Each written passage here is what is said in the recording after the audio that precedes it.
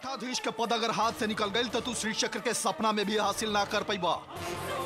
सही कहानी ना विरूपाक्षी शास्त्री। अभी क्या करे बा बोला? हम महादेवी के दर्शन चाहता नहीं, शुद्धि और अशुद्धि के बारे में तू सोचा। हम तो हमेशा से पवित्र बानी।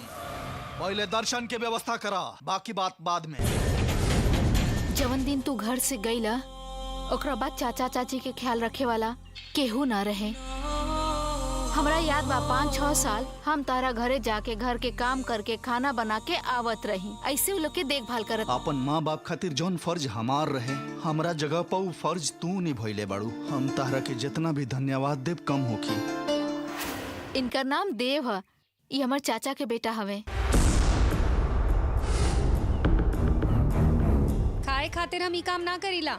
अब त माँ से मिल के ही रहब। रहुआ हमरा के छुट्टी देव चाहे ना देव, हमरा के काम से निकाल दी।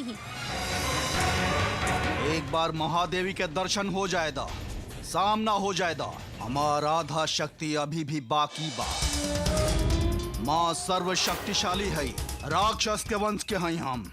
रक्त बीज के तरह बानी हम, शक्ति वापस हासिल करे जानी ला।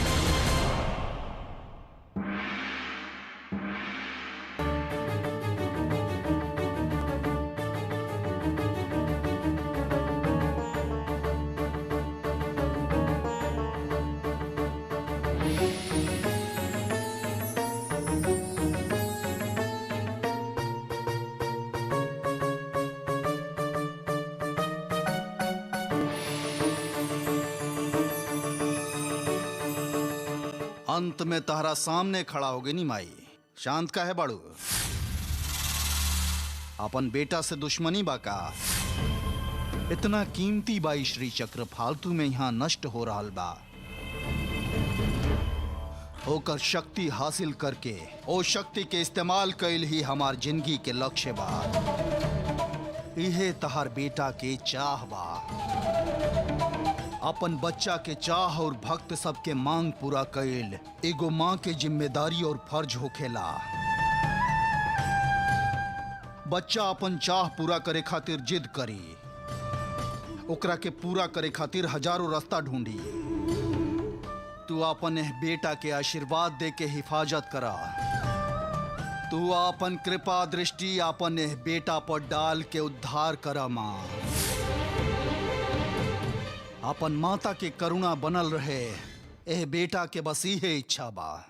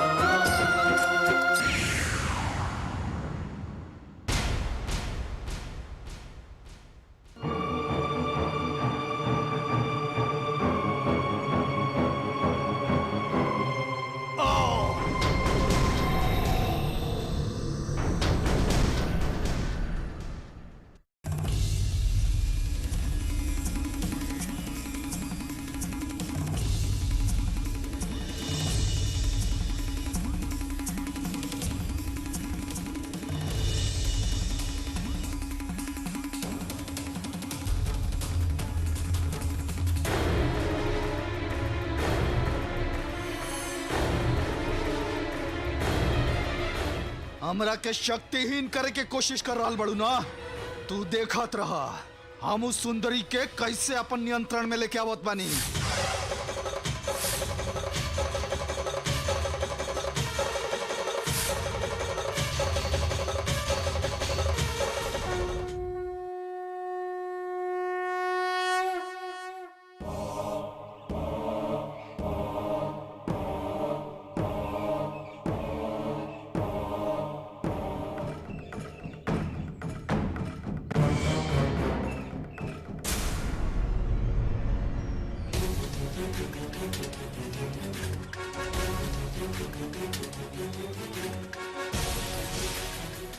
ललिता, हम तनी जल्दी में बानी।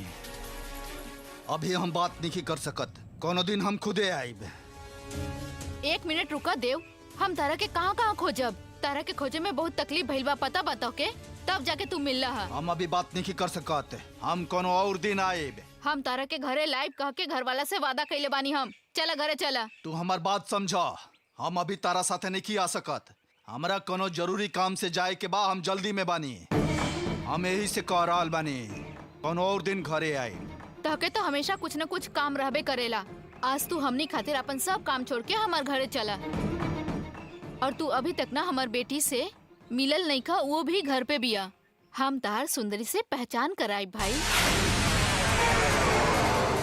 अभी हमार काम में रुकावट करे वाली बिया वो सुंदरी। ओकर पूरा नाम त्रिपुर सुंदरी है। उम्र 21 साल। वह हमार लक्ष्य में रुकावट बनत बिया। हमार कार्य सिद्धि पूरा होखे तक तू ओकरा अपन बंधन में रखा या फिर ओकरा निष्क्रिय कर दा। उ तारा से मिले खातिर बेसब्री से इंतजार करतिया। हम मामा से नाम मिलनी का पहचान कराइब कहत रहेले। केकरा से पहचान करावल चाहत बाड़ू? हमार बेटी से। और ओकर नाम का बतैलू? सुंदरी।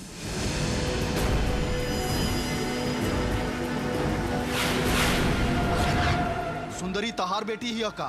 हाँ, जब तू हमार घरे आयल रहला ना, तू अपन काम पे गइल रहे। अगर घर पे रही तो हम तहार पहचान करा देती। सुंदरी।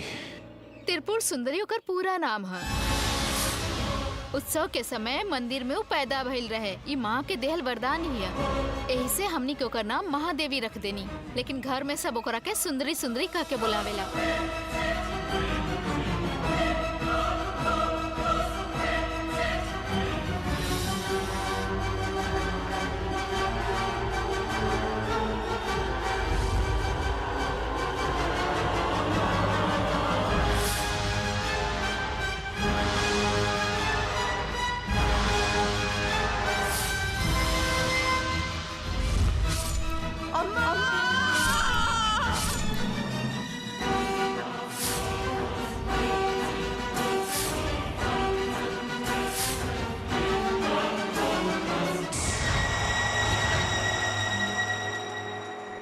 ललिता, तू कहाँ गई रहलू?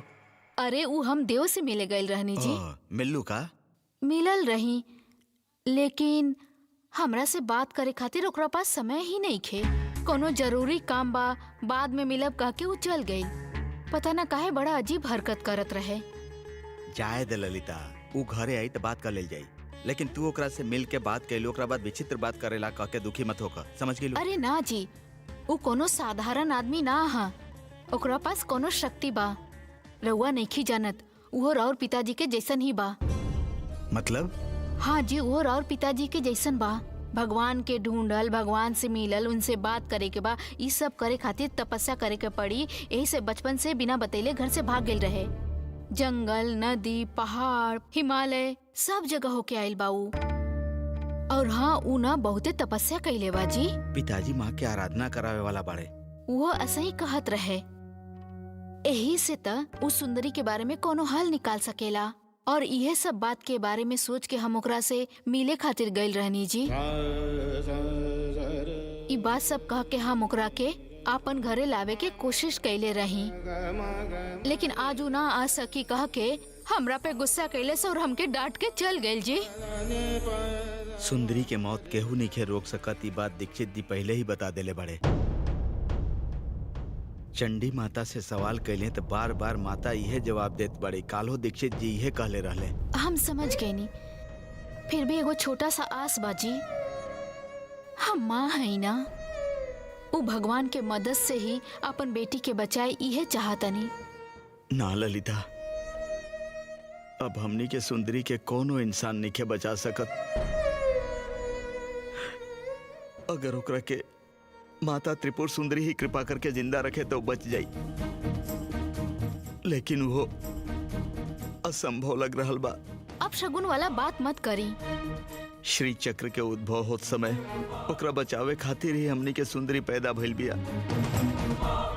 ओकर जिम्मेदारी खत्म होते वो हमनी के छोड़ के चल जाई। सच ही है बा ललिता, उत्सव के समय श्री चक्र के उद्भव होते हमनी के सुंदरी माँ के शरण में चल जाई। हमनी के बेटी के जान हमनी के सामने जाई और ये सब हमनी देखत रही। हमनी के दुर्भाग्य बा। ई कौन जन्म के कर्म बा और कौन जन्म के पाप बा। ना, हम ये सब सह नहीं की सकत जी। महादेवी त्रिपुर सुंदरी उत्सव के पहले हम अपन जान रउआ के समर्पित करत आनी। ऐसन बात काहे करत बाड़ू ललिता? हमनी सुंदरी के बचा नहीं के सकत, ई सोच के हर पल तड़पत रहिला हम, और ऊपर से तू मरे के बात कर रहल बाड़ू। एगो काम कर, आज रात के खाना में जहर मिला दा, हमनी सब खा के आराम से सूझ जल जाई, मर जाए, केहू के पता ना चली।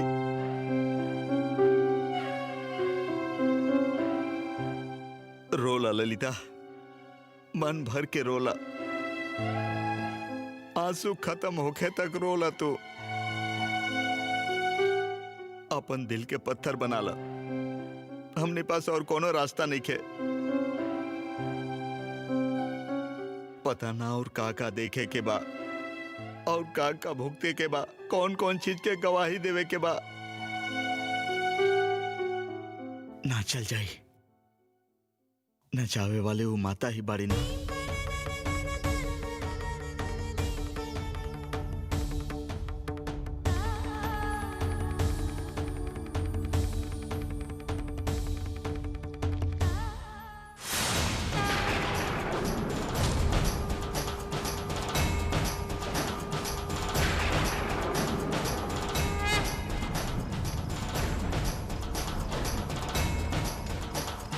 का चाहत बाड़ू तू?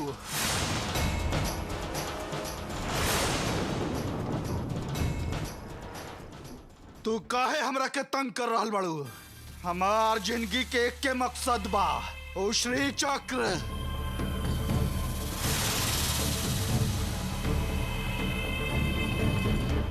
हम अपन जन्म जन्मांतर के एकमात्र मकसद के पूरा करे खातिर घोर तपस्या के लिए बनी। अब सुंदरी के खत्म करके हम अपन लक्ष्य के हासिल कल चाहत बानी, तो वो हमार बहिन ललिता के बेटी है कह के पहचान करावताड़ू। तहार मन में का चल रहल बा? तू काहे इतना रुकावट डाल रहल बाड़ू? तो श्री चक्र पावल हमरा खातिर असंभव बा का? सुंदरी के अगर हम खत्म कर देनी तो अपन भगनी के मारे वाला पापी बन जाइब हम। अगर खत्म ना करब तो श्री चक्र हासिल ना होखी। काहे धर्म संकट में डाल रहल बाड़ू? तहार का उद्देश्य बा?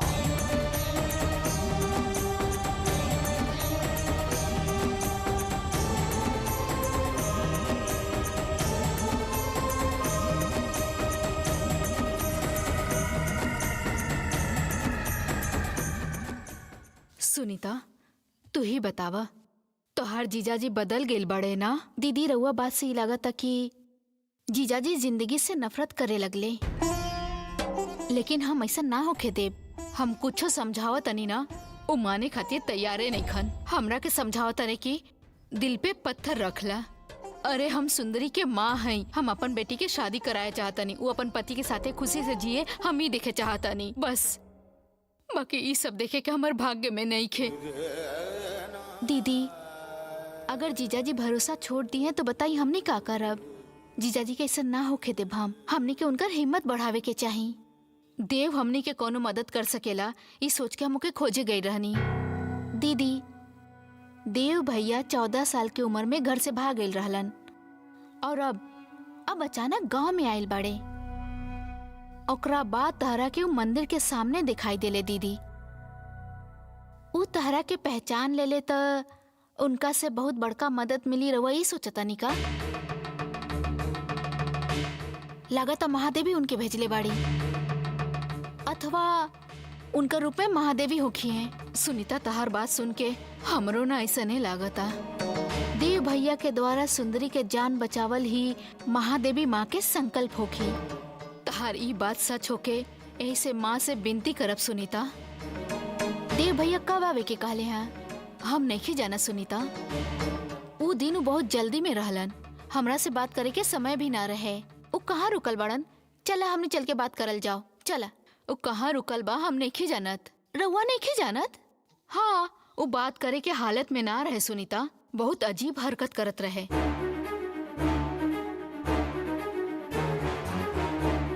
दीदी हमार बात सुनी। दीदी हमनी के कोशिश करे के ना छोड़े के चाही। तो तू ही बतावा का करे के चाही। हमनी के देव भैया के खोजे के चाही, पूरा गांव भर में खोजे के चाही।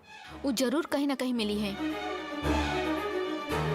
हमरा तो लागता हमनी के जौन समस्या बा ना ओकर हल उनके पास ही मिली दीदी। लेकिन हमनी के ओकरा कहाँ खोजब सुनीता? समय बीत रहल बा, वो हमनी के मिले के भी तो चाही ना। दीदी हमनी लगे कोनो और रास्ता नहीं खे। सुंदरी कम उम्र में चल जाए उनसे कहनी हा ना सुनीता। ओकरा देखते हमरा ये बात कहे के चाहत रहे ना, लेकिन वो रुकल ही कहाँ सुनीता। अब जौन वक्त तू हमनी से मिली है ना, हमने उनका से ही बात कहा दे।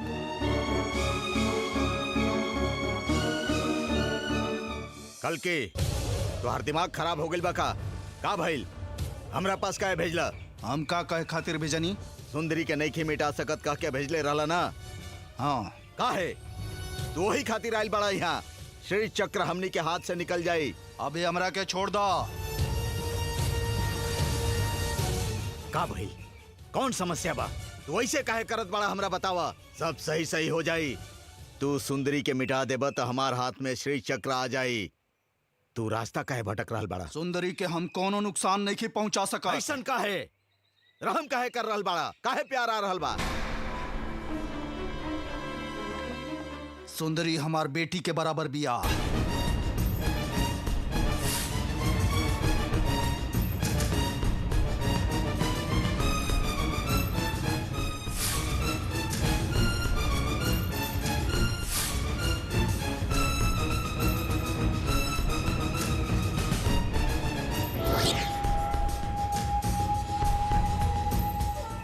सुंदरी तोहार बेटी जैसन बिया?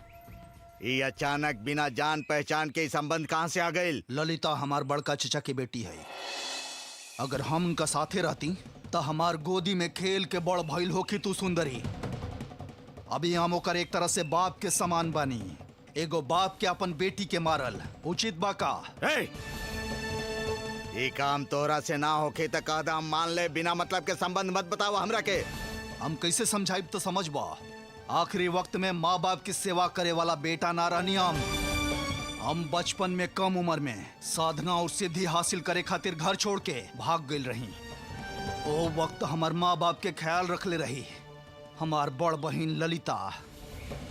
हमार परिवार के जिम्मेदारी हमार माँ बाप के ख्याल रखे के जिम्मेदारी, ये सब जिम्मेदारी अकेले उठैले बड़ी हमार बहिन ललिता। हमार उहे बहिन सुंदरी के माँ है। सगा बेटा के उठावे वाला जिम्मेदारी वो निभैले बड़ी। ऐसन बहिन के बेटी के हम तकलीफ दी ऐसन हमारा से ना होखी ना, एकदम नामुमकिन बा। उनकर कईल एहसान हमें जिंदगी में तो नहीं भुला सकत। यही से हमार शक्ति के सुंदरी पर इस्तेमाल कईल संभव नहीं खे। ई बहुते बड़ धर्म संकट बा।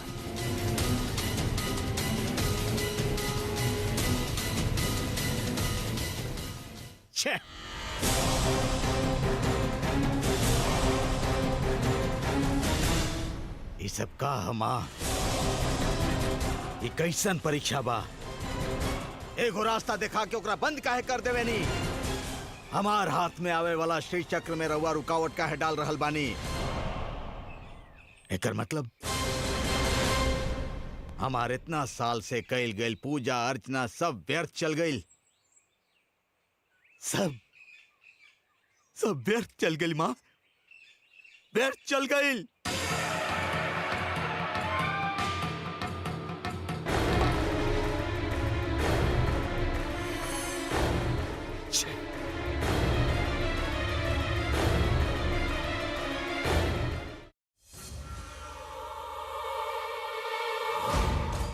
रुक जा, कल की रुका, जल्दीबाजी मत करा।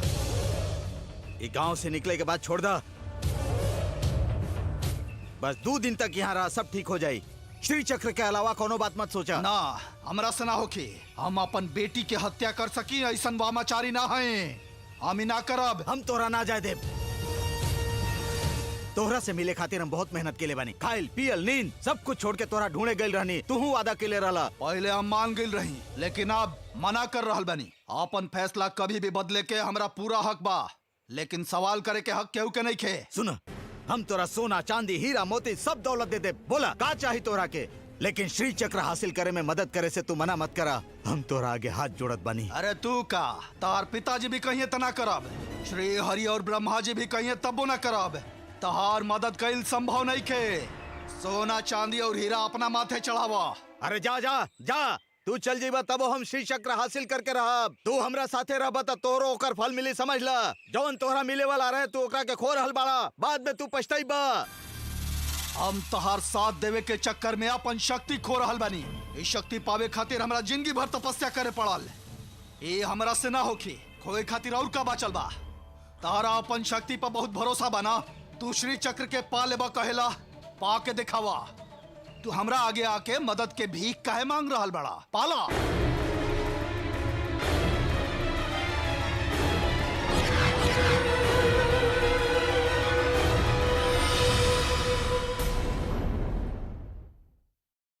कोनो हाल में देव भैया के खोजे के ही चाहिए। फालतू में असंभव काम के कोशिश मत करा। हमनी के सुंदरी अल्पायु बिया। वो 21 साल के उम्र में ही मर जाई, यह विधि के विधान बा। अभी तक हमने बहुत कोशिश कर लेनी, बाकी सब बेकार गई। जीजा जी, हमने तनिको कोशिश ना कर पैनी, सोच के हमने के कबो अफसोस ना करे के चाहिए। यही से हमने के देव भैया से एक बार बात करे के चाहिए। तोनी दोनों बड़ी उम्मीद लगेले बाड़ू, बाकी देव कोनो चमत्कारी पुरुष बाड़े। अगर वो हमनी के सुंदरी के बचा न सके तो तू लोग और दुखी हो जाइबू। ऐसे बढ़िया बा कि हमने मानसिक रूप से तैयार रहब। हमने अपन सुंदरी के महादेवी के पास ना भेजब। हमने के एक बार कोशिश करके देखे दी ही। अगर कोनो हल ना मिलल ना तो रउआ जैसन कहब हम अपन दिल पे पत्थर रख ले। बाकी अभी भगवान खातिर देव के खोजे में हमनी के मदद करी जी। जीजा जी, इंसान के समस्या के हल ना खोज के तरह भरोसा को के बैठला से वो भगवान भी कैसे मदद करी हैं? अरे हमनी के आखिरी सांस तक कोशिश करे के चाहे जीजा जी। अरे का पता वो भगवान जी भी आखिरी समय में हमनी लोग के हिम्मत और भक्ति की परीक्षा ले रहा है। सोकत जीजा जी, हमनी के अपन कोशिश करे के चाहिए। हमनी के सुंदरी के जान बचाए वाला इंसान हमार भाई देव ना हो सकेला का? अगर महादेवी के सोच भी ऐसा नहीं रहल तब?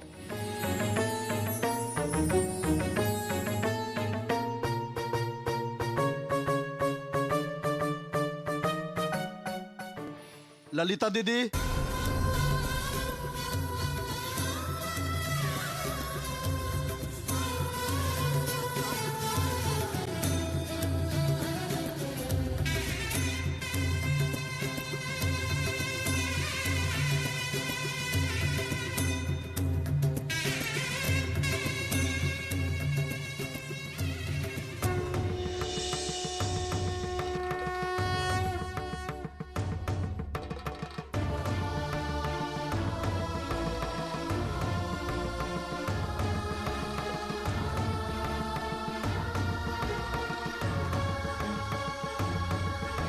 अरे देव, तू पूरा 100 साल जिया बा। अभी हमने सब तोहरे बारे में बात करत रही। हम तारा से कहे खातिर आइल रही।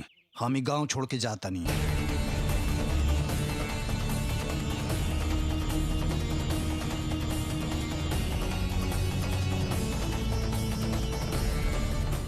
अगर जिंदगी रहल तो दोबारा भेंट होखी तो बात कइल जाई।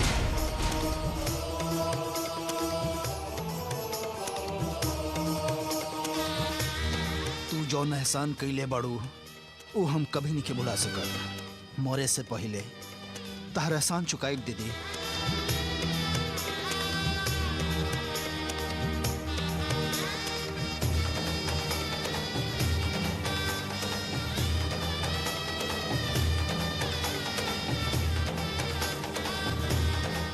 देव, देव भैया, तू हमरा के पहचानला ना का?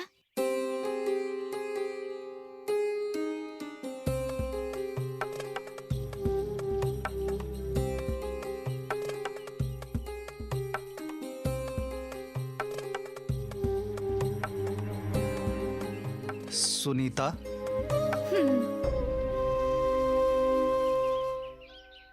देव, हम हाथ जोड़ के तारा से विनती करतानी, हमार मदद कर भाई।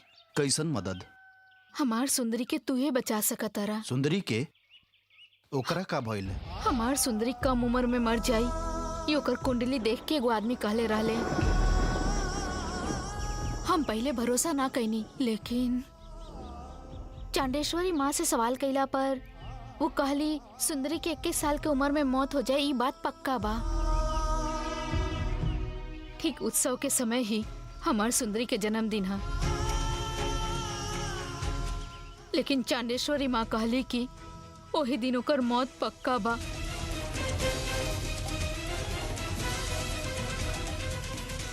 तपस्या से पैदा भइल लड़की अब बड़ा हो गइल बिया, हमनी ओकर शादी कर देब, वो अपन ससुराल अपन घरे चल जाई। लेकिन ऐसा ना होई, वो हमनी सामने मरी तो हमनी कैसे सहब? तू तो इतना साल तक हिमालय पहाड़ पे रहला ना, ओइजा बड़ा बड़ा ऋषि मुनि के साथे तपस्या कैला, जाप हवन और यज्ञ करके भगवान के शक्ति पावे खातिर गइल रहला। जरूर तू घोर तपस्या भी कैले होकबा। तारा जरूर कोनो उपाय पता हो कि ये हम भरोसा करतनी भाई। हमार बेटी के जान बचावे खातिर तू हमरा के कोनो रास्ता दिखावा।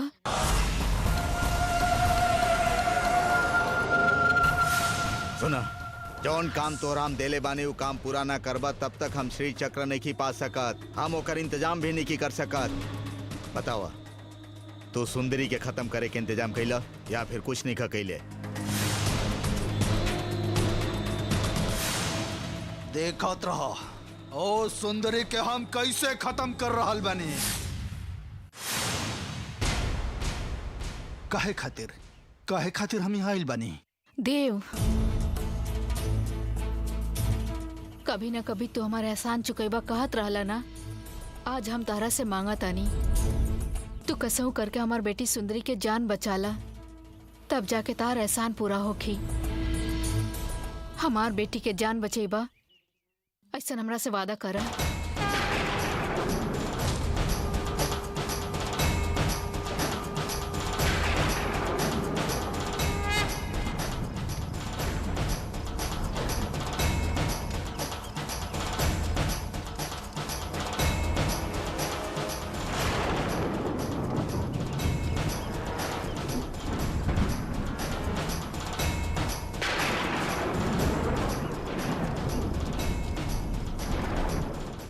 कसहू करके हमार बेटी सुंदरी के जान बचाला, तब जाके तार एहसान पूरा होखी। हमार बेटी के जान बचेबा, ऐसा हमरा से वादा करा।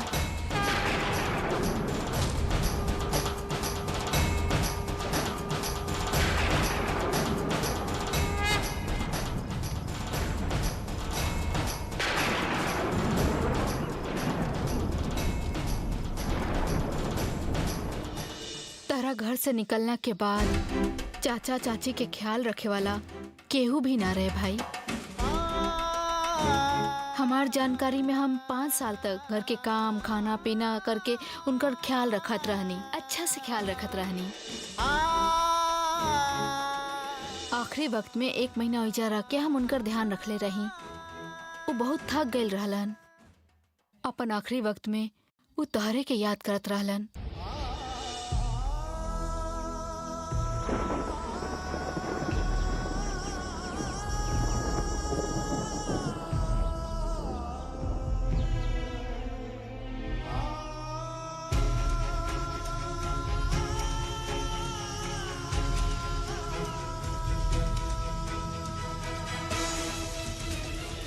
ओकर पूरा नाम त्रिपुर सुंदरी है। उम्र 21 साल। वह हमार लक्ष्य में टांग अड़ा रहल बिया। हमार लक्ष्य पूरा होके तक तू ओकरा अपना वश में रखा, ना तो ओकर कहानी खत्म कर दा।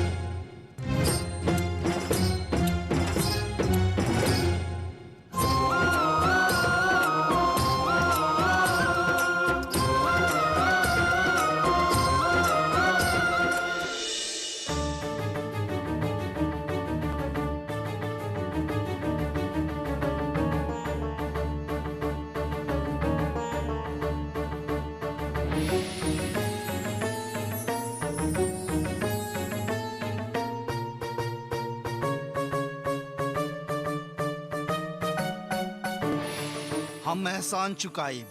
आपन जिंदगी भर के तपस्या, सब शक्ति, सब विद्या के इस्तेमाल करके हम तहार बेटी के बचाइब। हो हमरो बेटी जैसन बिया, ओकर जीवन के कोनो खतरा ना होखी। हम ओकरा के बचाइब।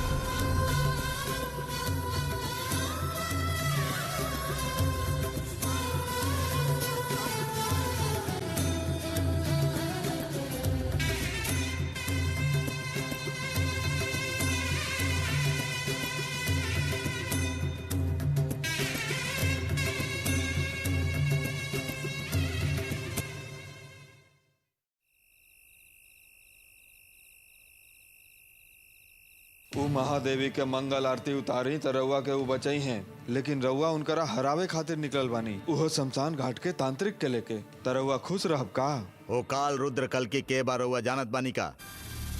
जीवन भर कठिन तपस्या और साधना करे खातिर वो अपन जिंदगी के अर्पण कर देले बा। त ऐसे का बा? ऊ त सब के खो के बैठल बा। ऊ महादेवी के सामने सब माटी बा। ऊ फैसला करी हैं त कितना जन्म में साथे रही ऊ हमनी के साथ दी हैं, ना तो बड़ पाप कर देनी सोच के सजा भुगते के पड़ी। जीत तो हो जाए लेकिन फिर भी हमेशा माँ ही जीती है। रउआ सपना में बानी, दिखे में सोना लागी, पास जाइब तो जल के राख हो जाए। जब हम श्री चक्र प्राप्त कर ले तो हम चक्राधिपति हो जाए। ओकरा खातिर कल्कि के मदद चाहिए, ओकरा बिना ना मिली। लेकिन अभी वो मना कर देलस। धीरे धीरे अपन शक्ति खोवत जा रहल बा। ऐसा ने रही तो ऊ पूरा अपन धरती के वक्त खो दी। ओकरा बाद और भविष्य का खो देवे के डर छोड़ के पावे के रास्ता खोजब हम। रउआ के सच्चाई पता बा का?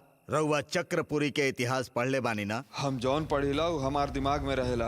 अपन शास्त्र के हम कंठस्थ कैले बानी, ओकर हर एक लाइन बता सकत बानी। बताई का? तब फिर अच्छा तरह से याद करें। श्री चक्र पावे खातिर सिद्धेश्वर नाम के तांत्रिक कोशिश कैले रहे। हाँ ता बाकी श्री चक्र ना मिलल रहे। तब फिर से हासिल करे खातिर वो ई युग में पैदा भइल बा। ऐसे वो श्री चक्र हम हासिल करब। अभिमन्यु वाला दिमाग रखेला वो जानत बा कैसे श्री चक्र पावे के बाद। ओकरा लेके बाहर आवे के रास्ता हम जानत बानी।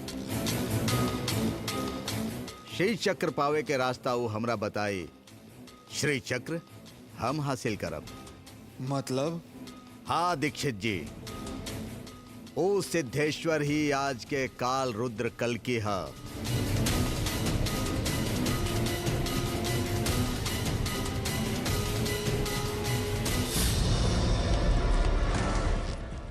दूसर आस्थान पंडित बा।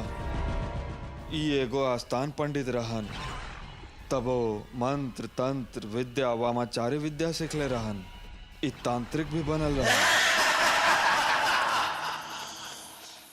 रुंड मालिनी, ओ श्री चक्र मिल गईला के बाद हम तारा के रक्त से अभिषेक करब।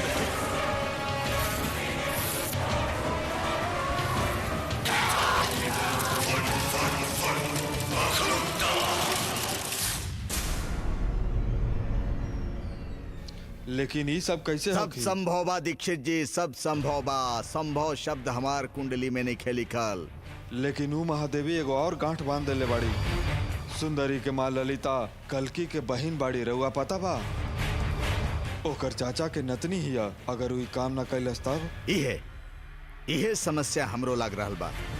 एक तरफ से रास्ता दिखावे वाली वो माँ ही दूसर तरफ से रास्ता बंद कर रहल बाड़ी। इतना साल से हम वो माँ के सेवा केले बानी, लेकिन पता ना वो हमरा से नाराज काहे बाड़ी। सेवा और पूजा रउआ अपन स्वार्थ खातिर कैले बानी। ऊ कैसे खुश होगी हैं? बस भुगती।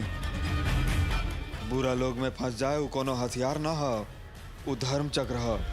श्री कृष्ण जैसन पवित्र आदमी के ही उस चक्र मिलेला। रउआ पास भगवान के भक्ति नइखे और न्याय भी नइखे। हमरा और कुंडली देख ले बानी, रउआ राक्षस गण के हैं।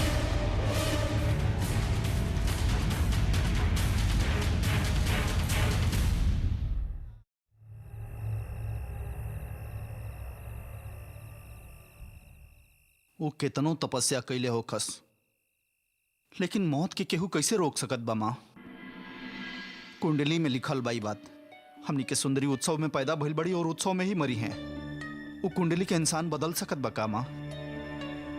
हमरा धीरे धीरे डर होके लगल बा माँ। अगर तू ऐसे डरेबा तो हमनी के कहा लो कि बेटा, कुंडली लिखे वाला से गलती भी तो हो सकेला ना। अरे ओकर कुंडली लिखे वाला भी तो एगो इंसान है। हाँ। और हाँ, हमनी के जौन ओकर जन्म समय सब कुछ बताईनी ना, और उ लिखलस। उनकर कुंडली में उनकर उम्र 21 साल साफ साफ लिखल बाई बात खुद दीक्षित जी कहले बने। महान ज्योतिष पंडित हमें वो। उनका बुलैला पर महाकाली स्वयं आके उनका से बात करेली। उनकर बात गलत ना हो सके। हमार भाई देव भी ना बहुते तपस्या कैले बा, ओकर शक्ति पे हमके कोनो शक नहीं खे। उ तपस्या किले बने हम माना तनी, केतनो बड़ तपस्या काहे ना किले ओकस। विधि के लिखल नहीं बदलल जा सकत माँ। केहू के किस्मत बदलल जा सकेला कि ना, ये हम नहीं जानत। उ कहल जाला ना बेटा, एगो डूबे वाला के तिनका के सहारा ही बहुत होखेला। आज उहे हाल हमार बा। आज एगो माँ हो के अपन बेटी के बचावे खातिर हम हर तरह के कोशिश करब, और हम अपन बेटी के बचा लेब, और एमे मदद करी तार देव मामा। ये हमार मन कहता बेटा। और वो महादेवी माँ देव के माध्यम से ये चमत्कार जरूर करिए बेटा।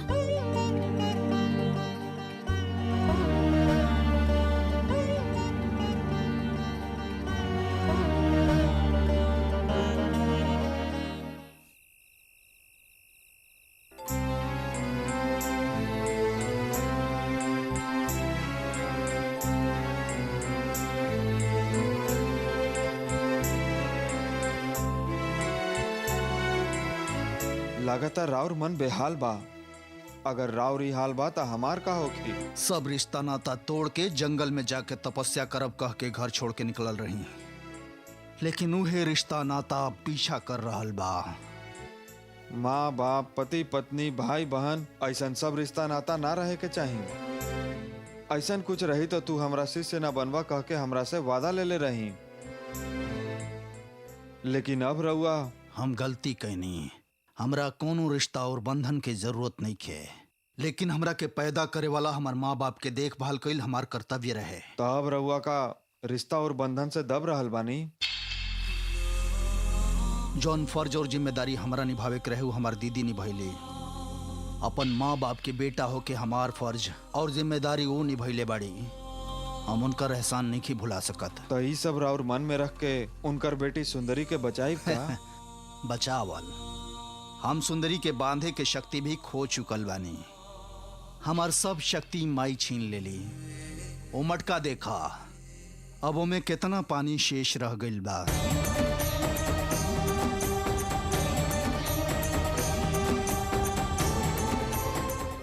आगे का? मदद मांगे आवे वाला के कभी खाली हाथ ना जाए देवे के चाहिए। हमार गुरुजी कहले रहन।